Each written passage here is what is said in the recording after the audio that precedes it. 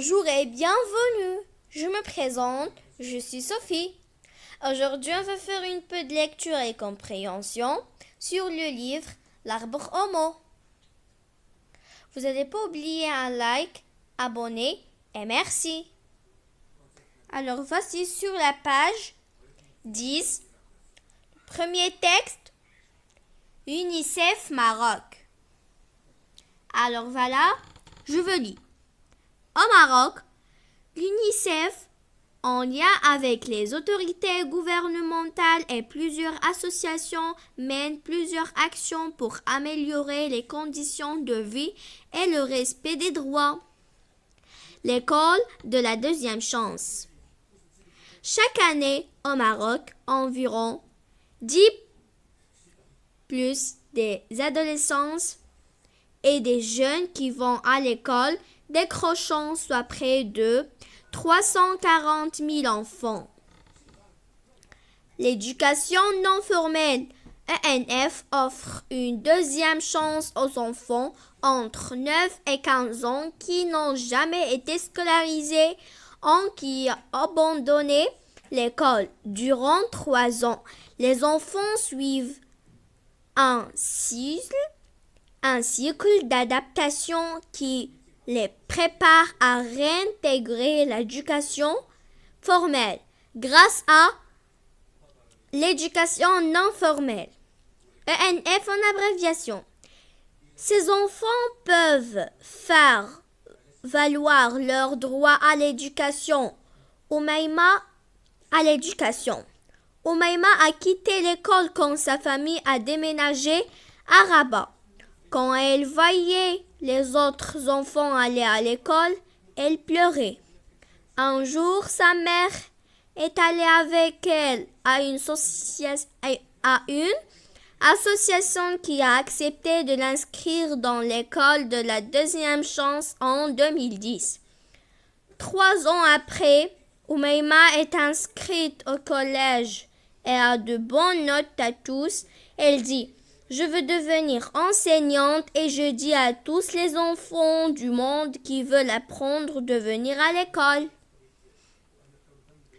Sortir du tapis. Au Maroc, quelques 30 000 enfants travaillent dans l'artisanat. Plus du tiers vivent à Fès, où les travailleurs sociaux tentent de les remettre à leur place, c'est-à-dire à l'école. Le projet pour la prévention à l'élimination du travail des enfants dans le secteur de l'artisanat à Fès a été lancé en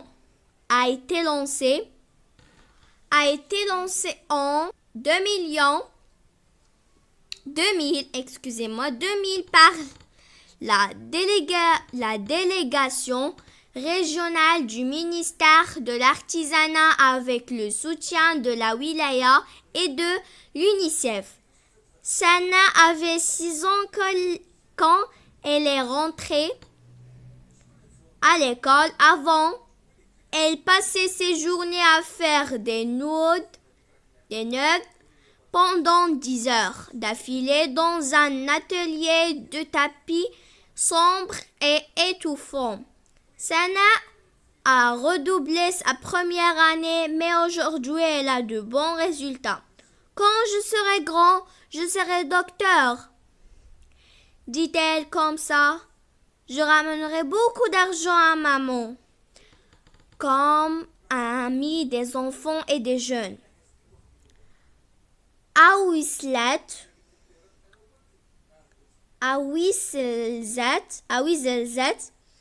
dans la région de Ouizzazate, les enfants et les jeunes adolescents participent au développement de leur commune qui s'est inscrite au projet Commune Amie et des enfants et des jeunes CAEG. Avec l'aide de l'UNICEF Maroc, le conseil communal a créé un conseil communal des enfants et des jeunes CCEG. Le conseil de 26 enfants et adolescents a été élu fin 2011 et se réunit plusieurs fois par an. Les jeunes peuvent ainsi donner leur avis et faire des propositions pour améliorer les fonctionnements de la commune,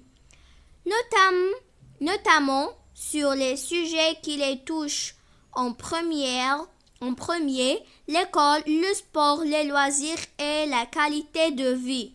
Le CCEG a demandé et obtenu que plusieurs villages puissent disposer du transport scolaire, ce qui a